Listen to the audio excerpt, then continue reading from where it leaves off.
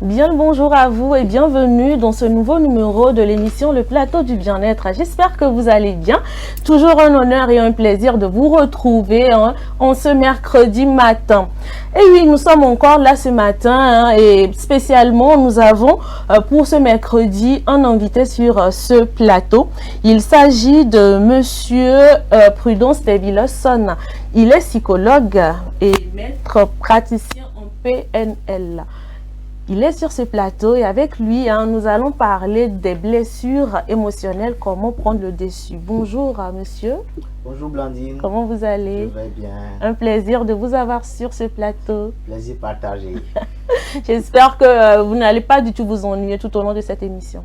Je l'espère aussi, ça n'a jamais été le cas. En tout cas, vous êtes en plus bien entouré ce matin car je suis sur ce plateau avec Nachat Chazodi et puis Gisette Sossou, mes ladies du mercredi. Salut les filles. Salut Blondine. Comment vous allez? Ça va bien. Toi? Toute pimpone ce matin, surtout Nachat là, elle ne blague pas. Hein. Avec le rose. Je te dis. Le rose. Clair et le rose un peu foncé.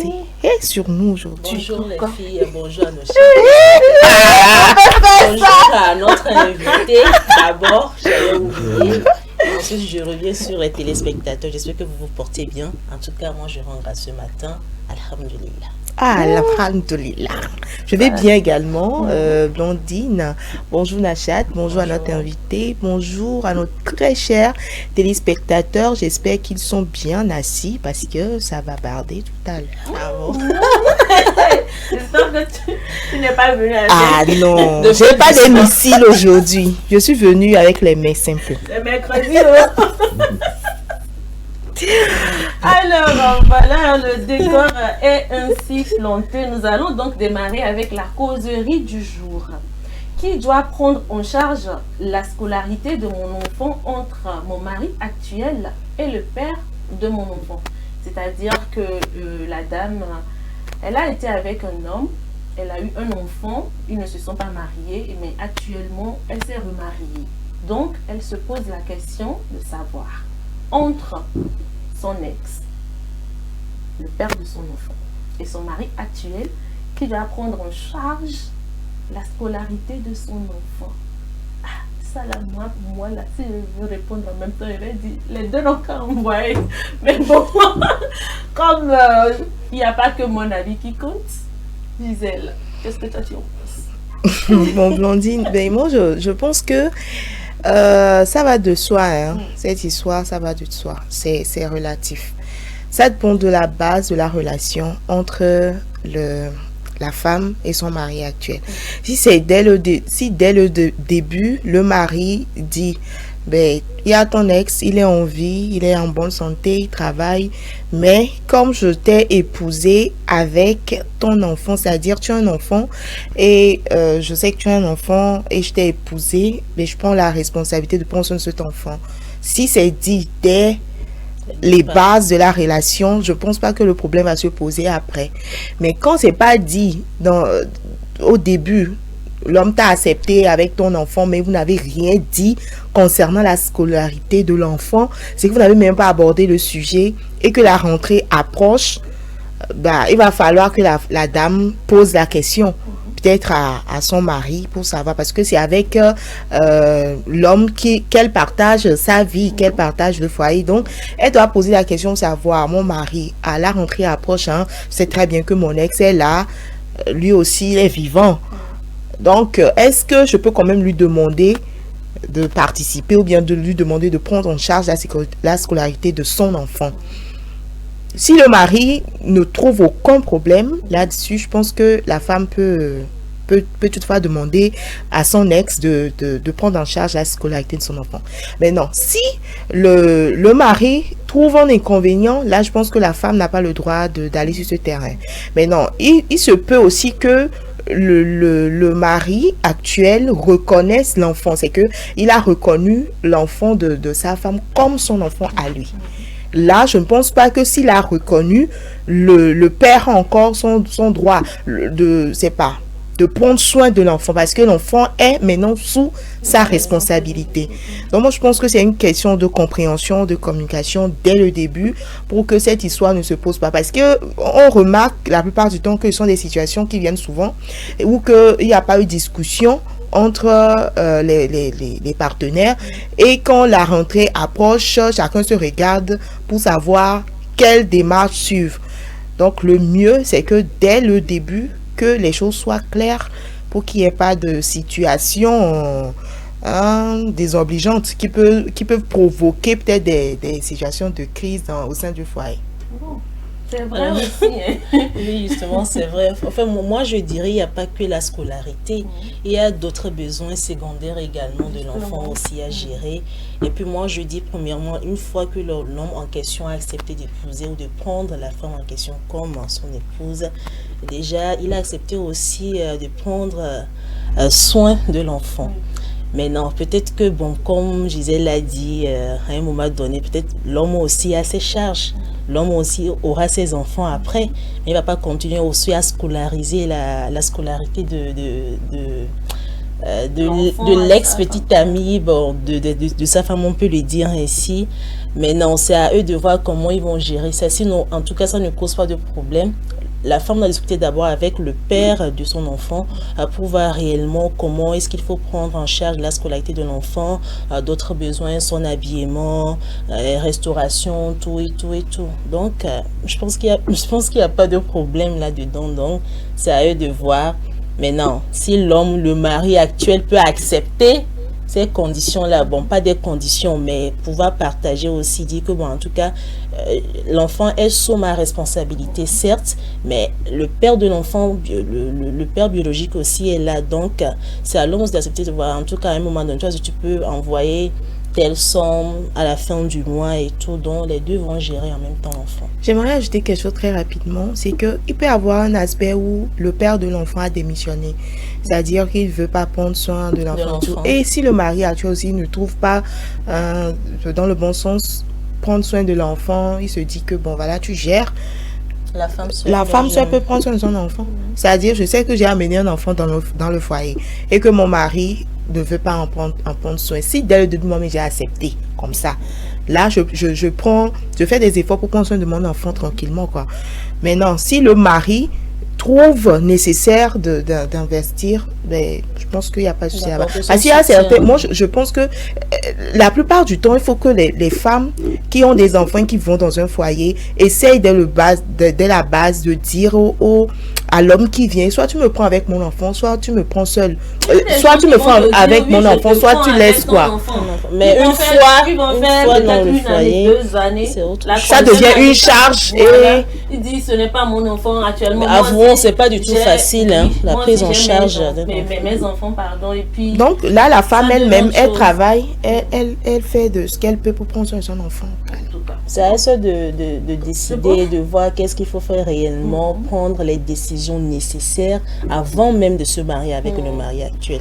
Disons, c'est ça, c'est très important. C'est très important. Comme vous l'avez dit, c'est très important de poser les bases. Surtout quand tu as un enfant, tu vas t'engager avec quelqu'un. Il faudrait t'assurer que cette personne-là pourra prendre en charge ton enfant, pourra l'aimer comme son propre enfant. Là, on peut faire la bouche mielleuse, mais une fois au foyer, ça devient autre chose. Je pense que la preuve, l'homme est sur ce plateau. Donc... Voilà. Et puis ce sujet-là, c'est un sujet psychologique. Ça demande à réfléchir. Et heureusement, il est là. Pour nous éclairer. Il est là. Donc, on va lui donner la parole. Mais avant tout d'être neutre. Hein. Non, j'espère que les téléspectateurs ont compris que je ne suis pas l'homme concerné. C'est bien de le préciser. C'est bien de le préciser, justement. Ah oui, ce n'est pas lui l'homme. Il n'est pas l'homme, il n'est pas le mari actuel, ni l'ex. Voilà, il représente les hommes, en fait. Alors, merci pour la précision. Bien, en tout cas, c'est un cas actuel, c'est un sujet actuel qui sera toujours actuel de tout temps. Oui. Je crois que vous avez dit l'essentiel. L'essentiel, c'est le dialogue à la base. C'est le dialogue à la base parce que il faut vraiment approfondir le dialogue Dans nos langues, on dit quand tu prends une chambre, tu prends la chambre avec ses souris, n'est-ce pas? Voilà, donc en principe, en réalité, le mari ne devrait pas être surpris du fait que instantanément, ce soit lui qui doit s'occuper de cet enfant. Le mari ne devrait pas en être étonné. Bon, maintenant, il y a plusieurs cas de figures qui peuvent se présenter. Et il y a certains maris même qui à la base disent bon, c'est toi que j'épouse, c'est tout ton passé, ce que ça entraîne là, ça ne me concerne pas. Il y a tout ce qui se dit. Le père de l'enfant aussi peut dire bon, si je dois prendre en charge la scolarité, donc vaut mieux que l'enfant reste chez moi. Il y a plein de complications qui peuvent naître de tout ça. Et des fois, certains maris même vont dire non, même s'il a les moyens, si l'enfant est avec moi, je m'occupe de lui parce que pour éviter des interférences toxiques et tout ça là. Donc, tout ça là, ça doit se discuter. Oui. Ça doit se discuter. Il y a tout qui ne peut pas se discuter. Nous sommes des humains, mais au fur et à mesure que la vie progresse, les sujets sortent, les sujets épineux sortent, les tensions sortent. Il faut apaiser, discuter, prendre une décision et puis calmement. C'est pas simple à gérer, hein, parce que ça, c'est une famille recomposée, que l'homme le veuille ou non. Ils sont dans une famille recomposée et la recomposition ne se gère pas de manière simple comme il n'y avait rien eu avant. C'est très facile à dire, mais la prise en charge même d'un enfant, c'est pas du tout facile. Ah oui. En tout cas, moi je me dis, dès que tu acceptes de prendre une femme qui a déjà un enfant, tu la prends en entièreté. Tu la prends en entièreté. C'est ce qu'on avait dit. Maintenant, une fois que tu acceptes déjà la femme, tu acceptes son enfant. Il a accepté, hein, de base, il dit qu'il a accepté l'enfant avec sa maman. Maintenant, au même moment, il dit que le père de l'enfant ne peut pas être là. Il vit ses beaux jours et puis lui, il va dépenser son argent sur cet enfant. Si dans ce cas, il peut proposer à ce que le père de l'enfant aussi puisse contribuer de temps en temps pour éviter que la charge soit trop d'un autre côté. Mais ça, il faut s'attendre qu'il a des problèmes après. Oui, il faut s'attendre à des problèmes après parce que la femme peut aller, peut partir pour prendre l'argent et puis sans même informer on dit que même s'il y a une fois pris feu, il faut savoir que peut-être ça peut prendre feu encore. Donc, mais, ou bien la femme ne va pas simplement prendre de l'argent, mais l'homme, parce qu'il assume la scolarité de son enfant qui est sous le toit d'un autre monsieur, vient de temps en temps pour dire bah, je vais voir comment les études avancent. C'est quand même moi qui ai payé ta scolarité. Il doit venir. En ce moment, le mari sera jaloux déjà. Il doit venir combien de fois? Et s'il dit qu'il vient travailler avec son enfant parce qu'il ne veut pas que sa scolarité soit gaspillée. C'est un problème. Il y a beaucoup de problèmes qu'il faut gérer à la base. Il faut mettre vraiment de garde-fous. La femme connaissant les deux hommes peut savoir quelles sont les limites et les garde-fous à poser pour éviter des situations malencontreuses. En tout cas, elle a une lourde responsabilité. Elle a joué un grand rôle. Bon, ceux qui sont déjà dans la situation, ce qu'on va leur dire, c'est juste de pouvoir communiquer avec votre mari actuel. Communiquer avec lui. Profondément. Voilà, posez-lui les questions de savoir est-ce qu'il peut et si il accepte que vous allez vers l'autre pour pouvoir prendre en charge la scolarité de votre enfant. Maintenant, pour celles qui ne sont pas encore dans la situation, comme l'a dit Gisèle, Nachat et puis Monsieur Lawson, c'est très important de pouvoir discuter dès la base. À la base, discuter de tout cela, parce que ça y va de la tranquillité de votre foyer. Donc, comme Monsieur Terry l'a dit, mettez des limites comme il le faut avant d'entamer une quelconque relation. Voilà. Ce sera donc tout pour la causerie de ce matin. Nous allons donc y aller avec l'info du jour.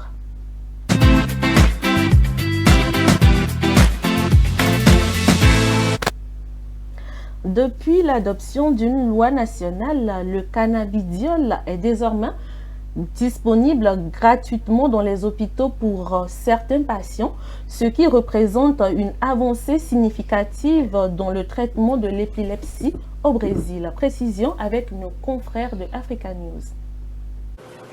Il y a quelques années, Maria n'aurait jamais pu cultiver du cannabis dans son jardin à Sao Paulo. Si cet État brésilien autorise l'utilisation du cannabidiol liquide, sa culture reste illégale. Cette ancienne employée de banque a toutefois obtenu une autorisation spéciale du tribunal. Désormais, elle produit du cannabis pour sa fille Clariane, atteinte d'épilepsie, mais aussi pour 200 autres patients. Mon combat a commencé en juillet 2013, lorsque j'ai obtenu l'huile de manière illégale. Dès l'administration, ma fille a passé 11 jours sans faire de crise, ce qui n'était jamais arrivé auparavant. À partir de ce moment, notre vie a changé. Clariane a commencé à améliorer sa diction, son élocution et son équilibre. Janaína Silva n'a plus besoin de dépenser pour obtenir du cannabidiol liquide, désormais disponible gratuitement dans les hôpitaux. 2 fois par jour, elle administre quelques gouttes à son enfant qui souffre d'épilepsie. Les premiers résultats sont impressionnants.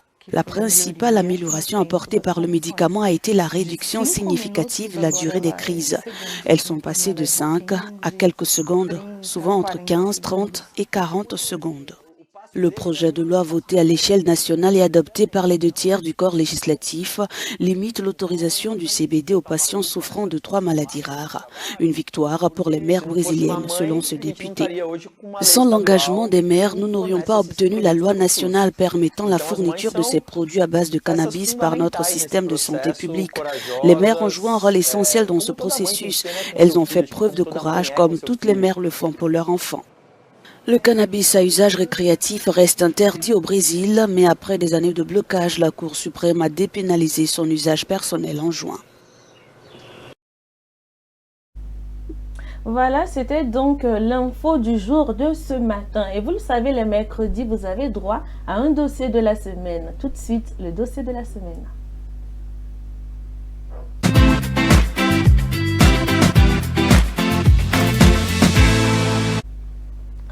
Son goût peut varier du sucré parfois à aigre selon la variété.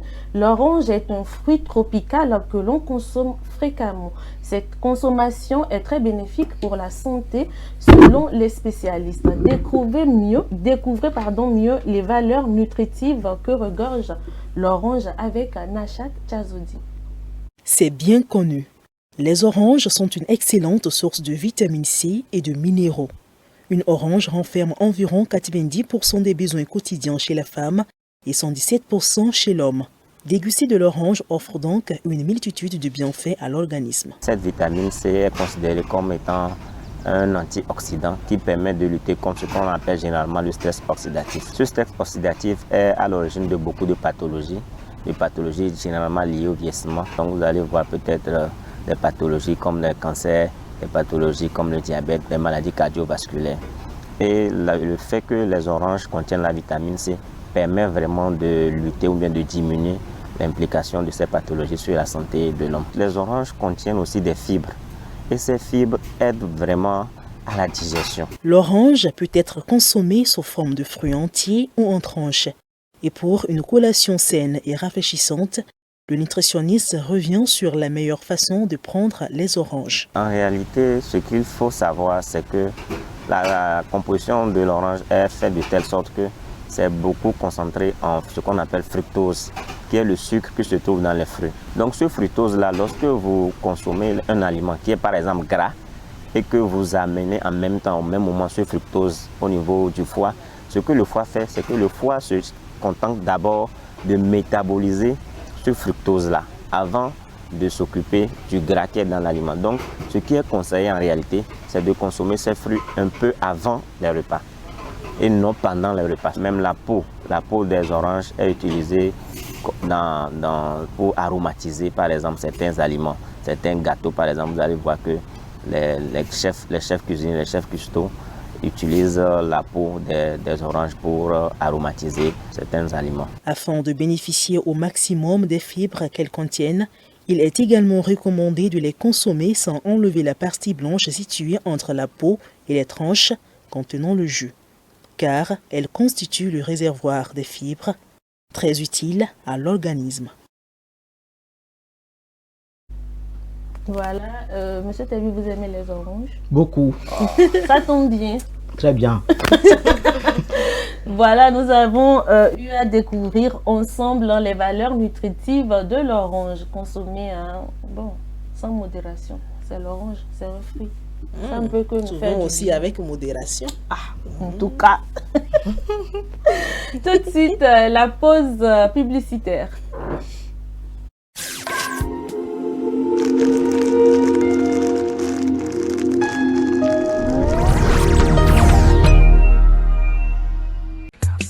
L'amour, c'est des hauts, c'est des bas. Et quand la femme dit non, c'est vraiment non. Mais rien ne vaut un petit cadeau pour raviver la flamme de l'amour. La femme se fait belle et sensuelle pour votre plaisir. Claudia Lingerie, nous disposons de toute une collection de sous-vêtements haut de gamme pour hommes, femmes et enfants à un bon prix. Soyez ceux qui portent des sous-vêtements confortables. Claudia Lingerie, nous sélectionnons pour vous de la lingerie fine de qualité pour sublimer vos soirées. Claudia Lingerie, sur la route d'Agbalépédo, juste à côté du monument Grand Œuf Blanc. Infoline 00228 97 01 03 03 0228 97 01 04 04. Claudia Lingerie, l'élégance à une adresse. M-Afrique, Association internationale des médecins pour la promotion de la santé en Afrique, première ONG internationale d'origine africaine spécialisée dans les actions médico-chirurgicales humanitaires. M-Afrique, c'est la promotion de la santé et l'éducation pour tous en Afrique. M-Afrique est membre du Conseil économique, social et culturel de l'Union africaine, le COSOC UEA, également accrédité à le COSOC ONU. Les médecins de M-Afrique, présents en Afrique et en Occident, réalisent chaque année plus de 2500 opérations chirurgicales et 25 000 consultations médicales spécialisées gratuites en zone rurale et périurbaine en Afrique. M-Afrique, c'est la formation continue des acteurs de la santé, la recherche, les missions médico-chirurgicales, humanitaires, foraines gratuites, la lutte contre les maladies transmissibles et non transmissibles, la promotion de l'éducation pour la santé, le développement communautaire. M-Afrique, une nouvelle vision de la solidarité africaine. M-Afrique, c'est amener l'hôpital vers les populations rurales et vulnérables. M-Africa, oh.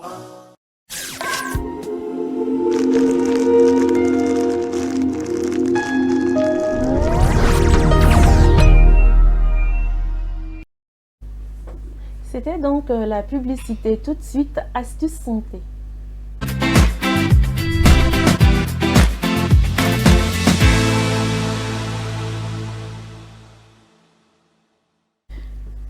Dans Astuces Santé aujourd'hui, Nachat a décidé de nous donner quelques astuces pour soulager la douleur liée au port des talons. Oui, c'est très important parce que bon, on néglige. Mais j'ai envie de te faire un câlin. Parce que c'est qu'elle est concernée à 1000%. Elle porte des talons de 70 cm, c'est elle. Alors, c'est vrai que on banalise ça un peu, mais ça peut avoir des impacts au niveau des talons, au niveau de la cheville et tout. Mais on en parlait de ça avec un clinique qui était sur le plateau. Donc, ce matin, je vous propose juste 3 astuces parce que, bon, on peut dire, on va cesser de porter les talons. Blandine disait hier, c'est juste pour séduire. Ça ressort la féminité de la femme. Il n'y a pas de souci. C'est chic en fait. La démarche même, c'est trop chic. Quand Blandine porte talon, elle casse la démarche ici. Tu vas dire, c'est la vie là, ça. Ok, là je vous propose 3 astuces ce matin. La première astuce, une fois que vous arrivez à la maison, c'est une astuce de grand-mère, comme on le dit souvent, c'est le massage. Vous allez juste masser la partie où vous sentez la douleur et tout, peut-être à base des huiles essentielles, tout simplement. Vous allez juste appliquer là-bas, tout simplement. La deuxième astuce, c'est de prendre le beurre de karité. Vous avez la deuxième possibilité, en plus des huiles essentielles, appliquer également le beurre de karité juste à la place des huiles essentielles si vous voulez très bien, ou bon, d'autres pommades, mais avoir aussi l'avis d'un spécialiste avant d'appliquer ces pommades-là, parce qu'on sait déjà les propriétés de ces pommades. Donc, avoir l'avis d'un spécialiste est très important avant d'appliquer cette pommade. Vous allez juste prendre le beurre de karité qui est également conseillé. Bon, c'est vrai que maintenant, bon, ça serait difficile de savoir quel est le bio et tout. mais quand même, lorsqu'on cherche aussi, on peut en trouver sur le marché, même si ça coûte n'importe comment, c'est mieux d'avoir le bio que d'avoir des produits, d'utiliser les produits falsifiés ou les produits frelatés tout simplement. Donc vous allez juste appliquer le beurre de karité juste à la partie où vous sentez les douleurs. J'allais oublier la douleur au cheville. Lorsque vous sentez les douleurs, scientifiquement on l'appelle la thalalgie. Scientifiquement c'est le nom, bon, en tout cas pour les médecins, mais ici c'est terre à terre. On va juste terre à terre pour vous expliquer. La troisième astuce, c'est d'appliquer aussi la glace. Vous allez juste mettre quelques glaces dans un tissu que vous allez envelopper. Appliquer juste à la partie où vous sentez des douleurs. Vous pouvez le faire juste après avoir pris votre bain ou même avant d'aller prendre votre bain. Vous pouvez juste appliquer cette astuce-là. Donc voilà les 3 astuces que j'ai voulu partager avec vous. Premièrement, faire le massage ou le bain de pied que j'allais oublier dans une eau tiède. Donc vous mettez juste vos 2 pieds pendant quelques minutes et puis le tour est joué. Vous avez la possibilité de répéter l'astuce là chaque jour, une fois que vous rentrez à la maison et tout. La deuxième, appliquez aussi le beurre de karité, peut-être à la place des huiles essentielles. La troisième, vous avez les glaces que vous pouvez envelopper dans un tissu et puis vous appliquez juste à la partie où vous sentez les douleurs. Des conseils aussi pour terminer, c'est juste ne pas rester trop longtemps sur vos talons. C'est pas du tout conseillé. Faites l'effort aussi de perdre le poids parce que lorsque vous avez le poids également, ça peut avoir des impacts sur vos talons tout simplement. Mais moi j'ai une question à Nachat.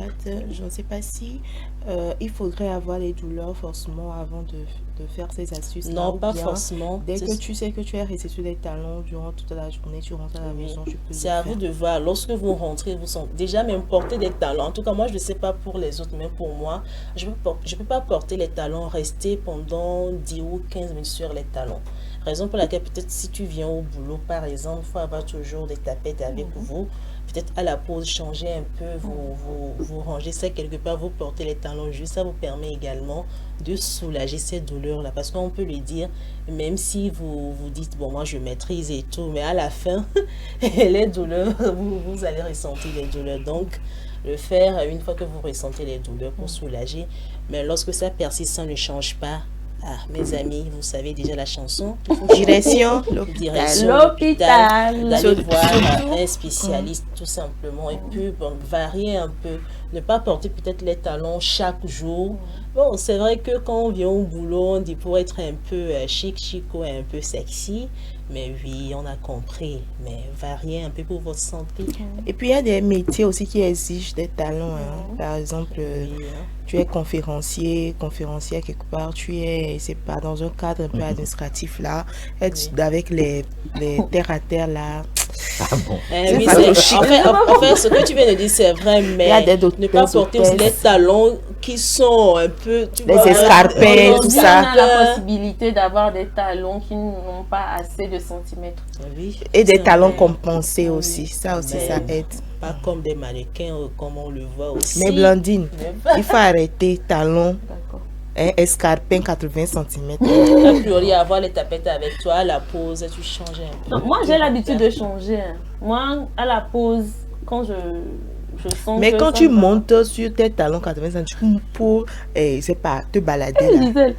Tu m'attendais? Oui, je t'attendais. Je dis là. Souvent, tu sais, quand tu es courte aussi, bon, tu n'as pas le choix. Bon, excusez-nous, ouais. Les gens courent, ont pris balle perdue. C'est Najat qui a fait ça. Ah, tu es dans le cas. Moi, je ne vais pas donner ton nom. Moi, je parle d'une manière générale. Donc, veuillez m'excuser. Mais vous voulez placer un mot? Non, vous aimez les talons quand les femmes sont si... C'est vrai qu'il y a certains hommes qui exigent aussi à leurs femmes. Non, j'aime bien les talons, ça fait sexy, mais je me demande est-ce que c'est vital? Pourquoi rentrer dans quelque chose qui va causer des douleurs et rentrer à l'hôpital après?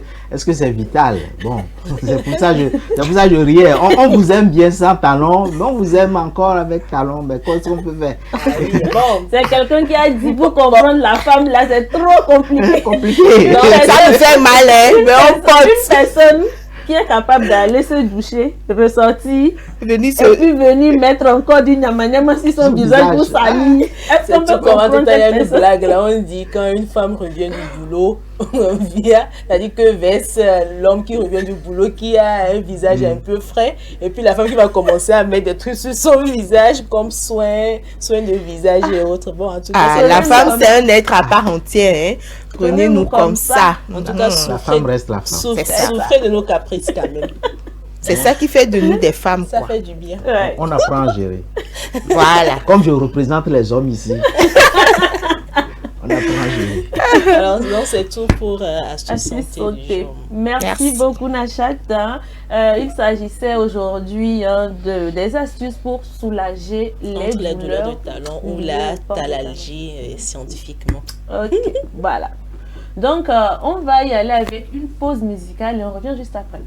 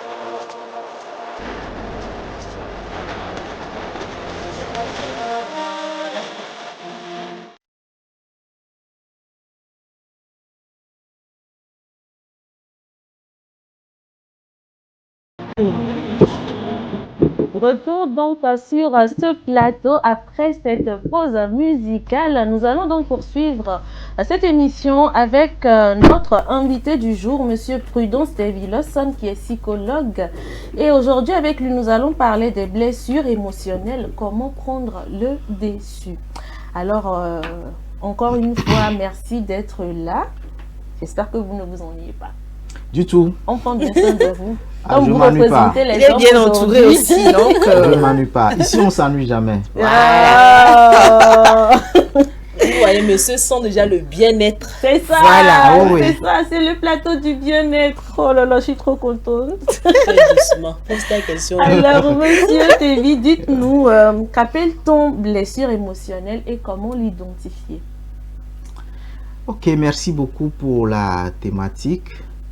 Alors, pour faire terre à terre, je crois qu'ici on fait terre à terre pour que les téléspectateurs nous comprennent et tout. C'est un message fluide. Voilà, donc blessure, déjà c'est blessure. C'est important, ça fait rire, mais blessure, il faut comprendre que quand on parle de blessure émotionnelle, on parle de blessure, on parle de plaie. Ça saigne. Ça saigne, ça fait mal, c'est douloureux. Tout ce qui constitue les caractéristiques d'une blessure physique, on peut le ressentir. Seulement, quand on parle d'émotionnel, c'est que c'est à un autre niveau. C'est au niveau des émotions et ce n'est pas au niveau du corps. C'est au niveau de la partie immatérielle de l'être humain. Quelqu'un pourrait dire dans son être intérieur, ou dans son fort intérieur, ou dans son âme, ou dans son psychisme. Il y a plusieurs vocales pour le dire, mais on comprend que c'est une blessure, c'est une plaie qui fait mal à l'intérieur. Ce n'est pas sur le corps qu'on peut toucher, non, mais on a mal à l'intérieur de soi. Pour faire terre à terre. Alors, moi, j'aimerais savoir quels sont les différents types de blessures émotionnelles, les plus courants que vous rencontrez lors des consultations. Bon, les plus courants, généralement, il y en a 5. Il y a les blessures de trahison, il y a les blessures de rejet, il y a les blessures d'abandon, il y a les blessures d'humiliation, et puis il y a les blessures d'injustice. C'est les grands domaines des types de blessures, mais il y en a beaucoup d'autres. Maintenant, celles qu'on rencontre, enfin que moi je rencontre au cabinet, c'est souvent l'abandon, le rejet et la trahison. Souvent les trois là viennent de manière récurrente. Les autres aussi, mais les trois premiers là beaucoup plus. Alors comment donc ces blessures émotionnelles influencent-elles le comportement et les relations interpersonnelles? Vous savez, peut-être avant d'arriver sur comment les blessures influencent les comportements, il faut peut-être préciser comment est-ce que les blessures sont construites. Comment est-ce que ça se construit? Vous savez, on dit l'homme est à 3 niveaux. Il y a le corps, l'esprit et l'âme. Et chaque dimension se construit dès que le fœtus est là, est constitué. À partir du fœtus jusqu'à la naissance, jusqu'à l'enfance, l'adolescence, tout est en construction. Tout est en construction. Maintenant, dans l'âme, il y a par exemple la volonté. Quand on parle de volonté, c'est dans la dimension de l'être que nous appelons psychologiquement l'âme. Si on déplace le débat vers le côté spirituel, ça va donner autre chose.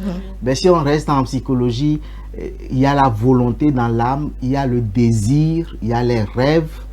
Dans notre âme, il y a notre capacité à décider, il y a les émotions. Donc, tous ces éléments sont en construction. Maintenant, quand un élément a un besoin qui n'a pas été assouvi à un moment donné, il y a frustration. L'élément, la volonté est blessée. En fait, quand on dit blessure émotionnelle, c'est que c'est quelque chose qui est plus profond, qui a été blessé. Soit c'est la volonté, soit c'est un rêve, soit c'est un désir, soit c'est la soif de la justice. Quelque chose est blessé. Comprenez ça? Voilà. Donc, c'est comme ça que la blessure s'installe et fait son chemin. Alors, ce quelque chose qui est blessé, si on dit par exemple que la volonté de quelqu'un est blessée, cela suppose que l'ego, ce qu'on appelle l'ego, c'est la capacité de se percevoir et de percevoir son environnement. C'est-à-dire, la manière dont l'individu perçoit une situation, la réaction qu'il a en face n'est pas conforme à sa perception de la situation ou de lui-même. C'est ce qui cause la blessure. Là, je rentre dans le mécanisme pour que vous compreniez. Bon.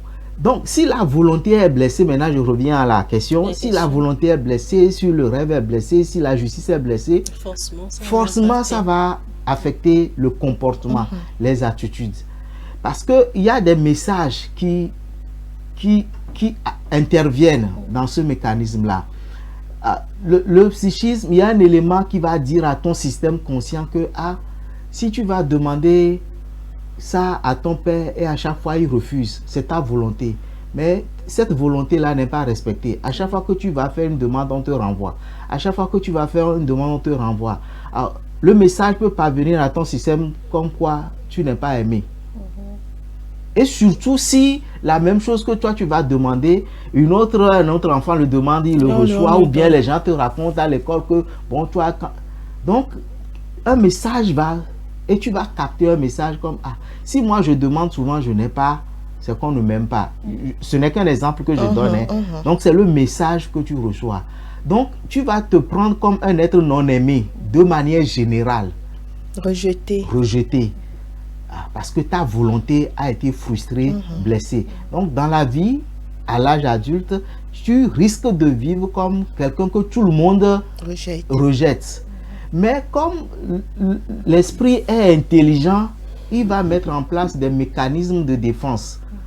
Donc, tu vas vivre de telle manière pour que on ne te rejette plus, ou qu'on ne te blesse plus, ou qu'on ne t'humilie plus. Selon la blessure qui est à la base, un mécanisme va se mettre en place. Voilà. Autodéfense en quelque sorte. Il y a beaucoup de mécanismes individuels qui sont mis en place, quoi. C'est sérieux, hein. Vraiment. C'est sérieux, c'est très profond parce que on rencontre des personnes qui ont peut-être eu une enfance très difficile et en grandissant, ça ne change pas. C'est-à-dire que cette blessure qu'ils ont obtenue dans le passé, ces personnes grandissent avec ces blessures. Alors, comment les expériences d'enfance affectent-elles les blessures émotionnelles à l'âge adulte? En fait, les expériences d'enfance n'affectent pas, mais provoquent. C'est les expériences d'enfance qui provoquent, qui déterminent. C'est les facteurs qui agissent pour que la blessure s'installe. C'est l'origine, les expériences d'enfance, mais pas que. À l'âge adulte aussi, on a des blessures. Hein. Il y a des gourmets qui donnent des blessures sérieuses. Gourmets sérieux. Donc, il y a des... Ces expériences-là sont les facteurs déterminants provoquant les blessures, expliquant les blessures que quelqu'un vit. À cause du mécanisme que j'ai expliqué tout de suite, parce que quelque chose de l'âme ou bien de la vie, du corps psychique a été touché. Et notre corps physique là, il y a plusieurs éléments. Il y a les yeux peuvent être touchés, il y a les mains peuvent être touchées, il y a des organes, voilà. Donc le corps, il y a un corps psychique aussi. Et ce corps psychique aussi a des éléments dont je vous ai cité certains qui peuvent être aussi touchés et prendre une plaie, recevoir une plaie qu'il faut forcément soigner. Alors moi, j'aimerais savoir comment est-ce qu'on peut aborder les émotions négatives qui sont liées à ces blessures-là, sans se sentir submergé. Comment est-ce qu'il faut aborder? Est-ce que j'ai bien compris la question? En fait, c'est comment est-ce qu'il faut aborder les émotions négatives qui sont liées à ces Les émotions négatives qui sont liées à ces blessures. Bon, généralement, la plupart du cas, il n'y a que des émotions négatives qui sont liées à ces blessures. Il n'y a que les émotions négatives. Maintenant, il y a la difficulté de gérer ces émotions. Par exemple, une blessure a provoqué une colère ou bien une grande tristesse. Maintenant, dans la vie adulte, l'individu, des fois, il va se lever le matin, personne ne lui a rien fait, mais elle va se sentir triste. Elle va vivre dans cette tristesse-là. On va lui demander, tu as quoi? Même elle ne sait pas. Il n'y a rien, mais elle ne se sent pas bien. C'est comme si ce sont des souvenirs qui remontent. Ça remonte. Mais puisqu'il n'y a pas eu un travail d'identification de qu'est-ce qui s'est passé, c'est pourquoi généralement les gens disent, je ne sais pas. Tu lui poses la question, il dit, je ne sais pas. Mais elle traîne cette tristesse-là sur une longue durée, certaines une journée, 2 journées, avant de revenir au travers des interactions sociales, de revenir à lui-même. Bon, comment les aborder, comment les gérer? Moi, je dirais plutôt comment les gérer. Il faut, ça rentre dans le processus déjà de guérison, de prise en charge. Justement, moi je voulais même revenir sur ça pour vous demander les techniques de thérapie que vous recommandez à ces personnes-là afin de guérir ces blessures. Bon, la première chose, avant que ce ne soit une technique, la première phase de guérison, c'est qu'il faut reconnaître que quelque chose se passe. Parce que certains sont dans le déni. Certains nient qu'ils ont un problème. Il va insister que je suis comme ça, il tombe les rois et tout. Ils sont dans le déni. Il faut accepter, c'est la première étape. C'est une étape dite très simplement, mais qui peut demander des fois 2, 3, 4 séances pour que l'individu accepte que voilà le problème que j'ai. Il faut l'identifier. Deuxième niveau, il faut arriver à mettre un mot. Qu'est-ce que j'ai vécu réellement? qu'est-ce qui s'est passé? Il faut arriver à mettre les mots sur le sentiment qu'on vit. Il faut pouvoir le décrire. Ce n'est pas facile. C'est une étape compliquée dans le processus de prise en charge. Ce n'est pas facile. Mais c'est comme, moi je fais souvent cette analogie avec une plaie physique qu'on veut soigner. Quand la plaie est déjà ouverte, vous ne pouvez pas ne pas espérer n'avoir pas mal. Parce qu'on va nettoyer la plaie avec des produits, ça va faire mal. Même le vent va souffler sur la plaie, ça va faire mal. On va mettre des produits pour panser, on va mettre le pansement, ça va faire mal. Les douleurs existent toujours donc. Mais à cause de la peur de ce mal profond-là, on préfère prendre quelque chose et couvrir. Et puis on continue la vie. Jusqu'à ce qu'un jour, ça rebondisse. C'est-à-dire quelque chose écorche la plaie, vous vous rappelez, ah, il y a une plaie là-bas. Ouais. Non, donc je disais, il y a l'acceptation, il y a l'identification, mettre des mots, décrire, et puis il y a une troisième phase de nettoyage. Et le nettoyage là se passe avec plusieurs techniques. C'est là où les techniques interviennent. Les techniques, je ne dirais pas, ce qui fait du bien, ce qui produit du fruit, c'est de pouvoir en parler. Avec un spécialiste surtout. Oui, pour évacuer. Bon, des fois, tout le monde n'a pas de spécialiste à côté, mais il y a quand même des personnes qui ont une oreille fine, qui ont une écoute vraiment active, qui ne vont pas juger, qui ne vont pas s'offusquer. Du genre, par exemple, tu racontes quelque chose de difficile que tu as vécu avec à quelqu'un. Voilà, la personne peut s'en prendre en toi ou bien s'en prendre même à la personne à ta place. La personne peut s'énerver à ta place, quoi. Non, mais ce n'est pas les genres de réactions qui permettent la guérison. Là, on t'enfonce, quoi. Il faut des personnes neutres. Voilà, il faut des personnes neutres qui essaient d'écouter, qui te font toi-même comprendre ce que tu as vécu, les paramètres autour, les tenants, les aboutissants. C'est vraiment du travail. Donc, sans jugement, sans a priori. Si tu as des personnes, on a des personnes comme ça dans notre... Oui, ça existe. on en a. Avant que les psychologues nous viennent, on avait des grands-parents qui étaient des psys, qui avaient cette oreille-là au moins. Même des amis aussi, ou quelqu'un qui n'est même pas de la famille carrément, qui nous écoute attentivement lorsqu'on a un problème. Ou bien une personne âgée, une personne mûre qui peut avoir du recul pour lire la situation d'une autre manière. Quand on n'a pas un professionnel à côté, mais l'idéal quand on a des professionnels, il faut se faire aider par les professionnels. Parce que c'est tout ce que je vous raconte là, c'est du travail. Ce sont des étapes. C'est des étapes, c'est du travail. Un bon suivi d'accompagnement psychologique en quelque sorte. C'est du travail. Dans le cas où ces blessures émotionnelles affectent l'estime de soi, c'est-à-dire qu'il y a des personnes, à cause de ce qu'elles ont eu à vivre, elles n'ont plus l'estime de l'envie de pouvoir évoluer. C'est comme s'ils ne valent rien dans la vie. Alors pour ces personnes-là, quels sont les exercices ou bien les pratiques que vous leur proposez d'adopter? L'estime de soi aussi, on le reconstruit. Il faut le reconstruire. Vous voyez, par exemple, si je me souviens d'un garçon avec lequel j'ai travaillé et qui est vraiment, qui parle pas. Il parle pas, il veut pas parler. Surtout quand il est devant des grandes personnes, des responsables, il perd sa langue. Alors, le travail a montré que en classe de CE1, on a posé une question en classe, il était sûr de la réponse. Il savait qu'il avait la réponse. Pour lui, il avait la réponse. Il a levé la main, on ne l'a pas désigné, on a désigné d'autres qui n'ont pas trouvé la réponse. Et puis finalement, on s'est dit de le désigner. On l'a désigné dans la réponse et le maître a dit, je crois que tu avais une réponse moins bête que les autres. Finalement, tu es plus bête que tous les autres.